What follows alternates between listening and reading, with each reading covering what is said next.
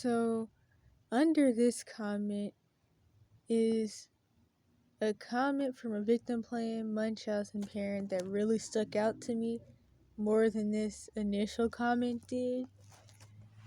And it just goes to show that these labels are literally just for people to make up excuses for bad parenting and even, for bad parenting and traumatizing their kids. And also, labels are excuses for the systems in general. Because, like I mentioned in some other video, when the label isn't used to excuse the behavior of abusers, the person with the label is used to excuse the behavior of the people who are making the processed food and all that, that's giving people these issues when the issues are actually there. Because now they're trying to call autism spectrum disorder so they can throw in a whole bunch of other stuff that really isn't even an issue. It's just the fact that people are different. And so now autism is thousands of different things. But anyway, I have 2 autistic kids and my oldest causes a lot of grief, meltdowns, destroying our home, constantly running away. Automatically, whenever somebody uses some type of label as a reason or excuse for why somebody's quote unquote running away or leaving a situation or trying to move out, it's automatically going to be a red flag. I already know how the whole using a label as an excuse for why somebody's leaving a situation works.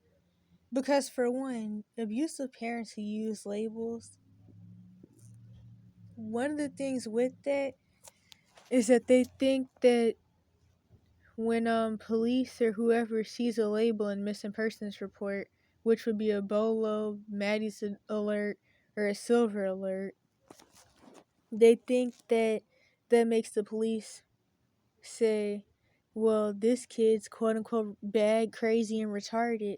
So that means we need to do something because they're just so retarded. They wandered out the house on accident and we have to do something because they're not going to know how to take care of themselves. But in reality, police don't care. Honestly, I really feel like that with the doxing and how a lot of stuff is set up with missing persons alerts, it's kind of set up for traffickers to know where to look for a kid when they go missing, to come get the kid, because the police will sometimes even let it be known that they don't care. Because in reality, when a kid goes missing, especially when they run away and they aren't seen actually being abducted or kidnapped, it's not the police job to find them, it's actually the parents' job. But a lot of people don't know that, so they think that they can play victim with this mental label crap, but that's really not how that works. And then also, people who use labels in situations like this know that when someone sees a mental label or a supposed mental illness, because of course they claim things like autism aren't mental illnesses, but really the mental health professionals see them all no different. Other people don't either. But anyway, they know that when people see those labels, they say, well, we have to get this person off the streets because if they're bad, crazy, and retarded, that means that not only are they a danger to themselves, which nobody cares about, but that means that they're a danger to everybody in the city. So we have to get them locked up and put back in their house because they may do something to somebody. And that's what people like this know. So there was something else I was gonna say. I don't even remember. One thing that I can add in is that this is why, if you're in this type of labeling Munchausen and Cash for Kids situation, if you do escape your abuse situation, you need to make sure you get as far away as possible from the state where your missing persons report is at. Because I already went over the different things that come up in people's heads when they see labels. And that's one of the reasons why you have to get as far away as possible. Because then when people see you, who have seen the missing persons report, what comes up in their mind is, oh, there goes that bad, crazy, retarded person that's going to hurt everybody. And so then it makes them want to call the police on you and get you locked up because they only care about quote unquote their safety, and then it puts you back in a bad predicament because really nobody gives a crap about what's actually going on. Because people, not only do people not care, but a lot of people are really ignorant and brainwashed about stuff, and so they can't see past what they're told from the news and media. So whatever the news says, they believe it, even though the police only put whatever your parents tell them to put. So, I mean, kind of like in my situation, the weight and height in all of the articles wasn't even right. Like, apparently I was 6'0", which, like somebody had said, if I was 6'0" and 80 pounds, I'd be a stick on the ground. But that's kind of a side thing. I'm picking back up from wherever I think I was last at. It's hard to deal with on your own, and even with help. Now we deal with constant threats of suicide and trips to the hospital, overdoses, etc.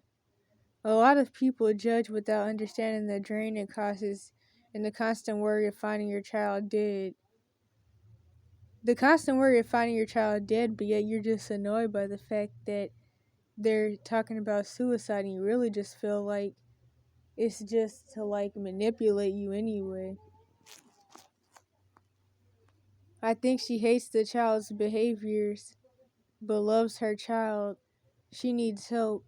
And they're saying that because this video was about how someone was talking about how they hate their autistic child because it's causing them to get a divorce.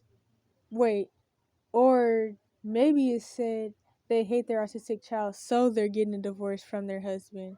I guess so they can leave the husband with the kid and then they go about their day and marry somebody else and then get some new stepkids and act like the other family never existed. Which people do stuff like that a lot, even in situations that aren't revolving around labeling their kids. But honestly, with how people are these days, I wouldn't even be surprised if the real reason she wants the divorce is so she can go marry some woman and then have a whole bunch of hybrid kids made in a lab that are hermaphrodites or what's the word? Not anatomically correct. This is a reply that I mentioned that really stuck out to me and completely just screams the usual cash for kids system, Munchausen parent. Our child is also autistic with borderline personality disorder, which BPD comes from, all mental illness comes from abuse, but BPD specifically comes from severe neglect, especially emotional neglect. And of course, there's usually all types of other abuse going on. Usually, they have what we now call a narcissist or narcissistic parent, but it's just Jezebel, Leviathan, and other spirits, mostly revolving around marine spirits, which these are also in plenty of other labels, depending on the spectrum of the label and all that. But either way, commonly have a narcissistic family system or parent. And yeah, so she is a cutter and suicidal. I also lived in fear of her dying until I realized she was doing it for attention. BPD is a part of her personality, which that's actually not true. The idea that you are the label and that the label is you is not true. This is pushed in all labels, but of course in personality disorders they try to act like this is the person's personality, but it's not. It's actually just another version of living in the false self, which you're automatically going to do if you're running around believing you are some mental label. But that revolves around being unhealed and living in a world where you're made to feel like you can't be your individual self and you have to follow agendas and protected groups and all that stuff. She developed and doesn't want to change. Well, first of all, the reason she developed it is because of you and whoever else. She seeks attention through risky behaviors and argues over everything to gain power and control over others. There is either DBT or CBT. Both are types of therapy. that would help her. But she's 18 and has refused. Honestly, if she's still in contact with you, then she's never going to be able to get better anyway, which it sounds like she is. Wait, wait a minute. Oh, yeah, so she probably is. At least she moved out, though. She stopped taking her meds and she moved out. Quote unquote meds. Anytime somebody calls psychotropics meds, I mean, the whole comment is a red flag, but no job, no bank account, no savings. That's some bull crap, though. I wouldn't even be surprised if they went through some type of infantilization abuse and or financial abuse where they weren't even allowed to work, where all their money was stolen. Then the no job thing, I mean, I could understand why it could be hard to keep a job in these types of situations. Not to mention the fact that it sounds like they're going through like some transitions with their housing situation. No bank account. Kind of makes you wonder, when did they turn 18? I know I still don't have one, but I don't even know if I can get a bank account with no address, or at least no permanent address. I mean, I could try lying, but I don't know if that'll work or not. I did used to have one, but that's another story. I'm waiting for her friends to kick her out. Wait, to kick her to the curb. And I kind of worry about that because I know when you go through these types of family system situations, you usually end up in quote unquote relationships. And I don't even mean romantic ones, I mean just platonic and friendship type stuff.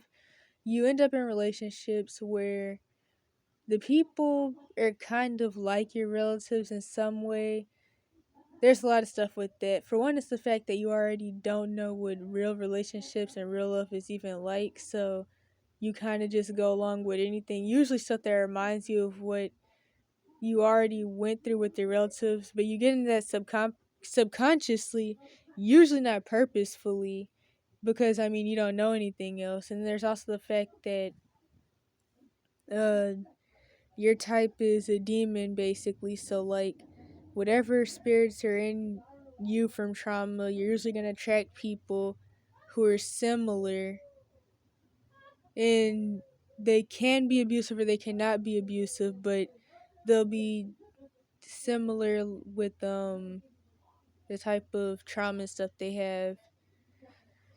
This can also be romantic, but like I said, I'm mostly focused on the friendship thing. So anyway, to make a long story short, you're probably gonna get in relationships with people, whether you have these exact spirits or not, but they're gonna have soul fractures from trauma, or they're gonna have Jezebel, Leviathan, and the other spirits that go along with quote unquote narcissism, like your abusive relatives. Because trying to remember exactly how it goes. It's kind of like you create a soul tie in the spirit realm with these spirits from like the abuse you went through with your parents sometimes, and then constantly putting yourself in cycles with people who have these spirits. And overall, the point is you'll probably end up with fake and abusive friends. And so your abusive parents will partner up with these friends and boyfriends and girlfriends, and then they'll all gang up on you and be like, uh, I knew I was right about you, and you are dumb, crazy, and slow, and all that stuff. Luckily, it hasn't happened to me, but it is really common. It does happen to other people. I personally stopped talking to people a long time ago and really try not to. Sometimes I still end up uh, falling into like little stuff here and there, but I just try to avoid quote unquote friendships for now anyway. Because it's just too much extra chaos. But if you're not able to do that because of codependency and not wanting to be alone, and the fact that you can't handle being alone with your thoughts and emotions, you're constantly going to fall into bad relationships, which for one, that's idolatry. And what was it that Tiffany Buckner said?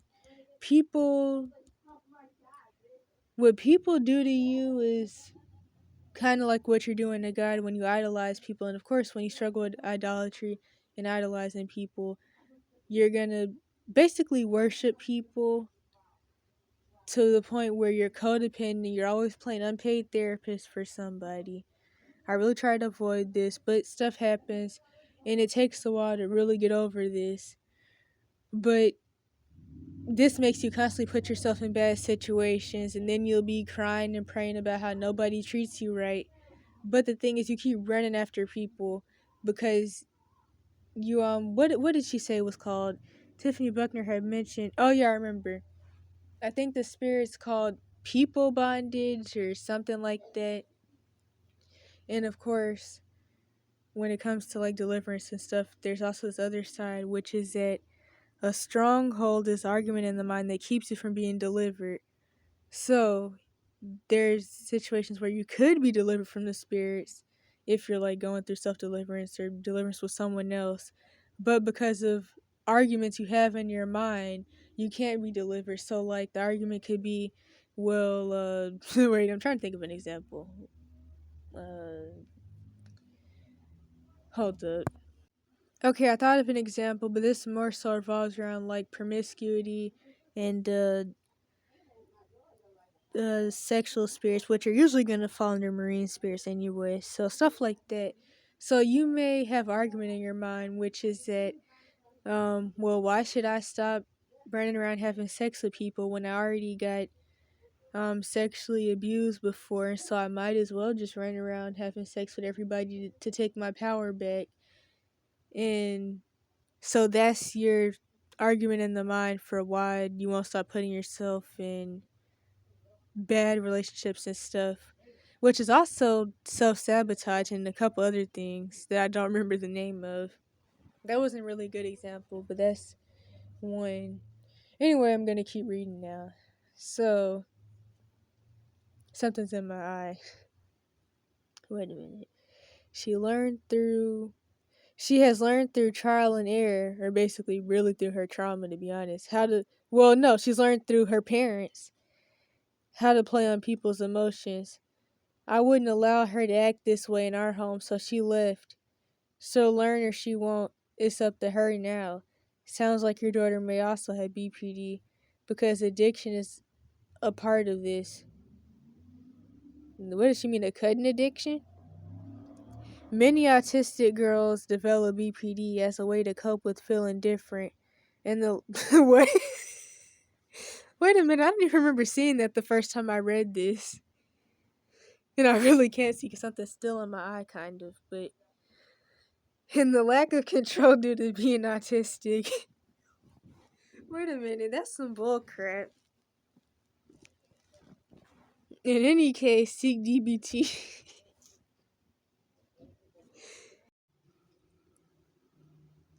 Okay, so this is going to be a side thing, which is kind of funny, and I noticed this. So, I remember that in the early days of the whole autism label stuff, people were, well, mental health professionals were just saying that autism was the same thing as being a psychopath, pretty much. But then they started saying it was the same thing as being schizophrenic, and, well, no, that part's kind of relevant. But I had started thinking about the whole autism label thing and the fact that people claim it's quote unquote genetic.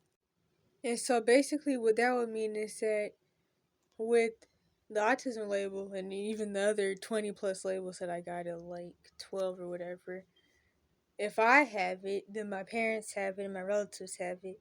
And so I started thinking about different quote unquote autistic traits that my parents and my relatives and even my mom's boyfriend showed.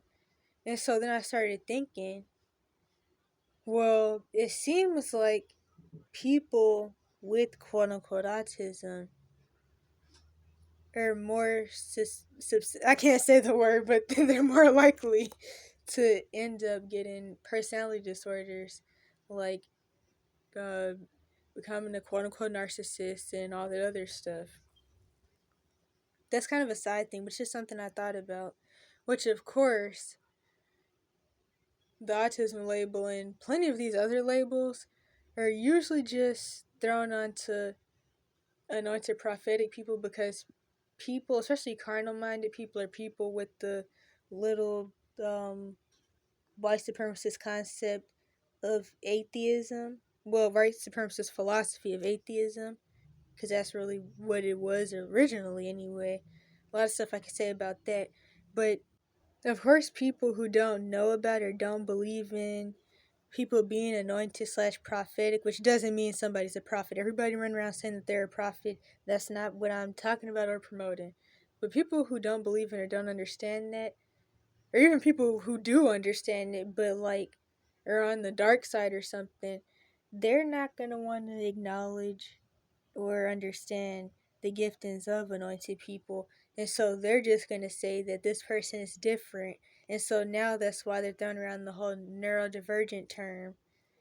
And so people are lining up to get labels. And like, okay, the timer turned off. But I was saying, like Tiffany Buckner said in one of, I don't even know which video, but I think I might remember actually. It's in the playlist about the spiritual side of mental illness.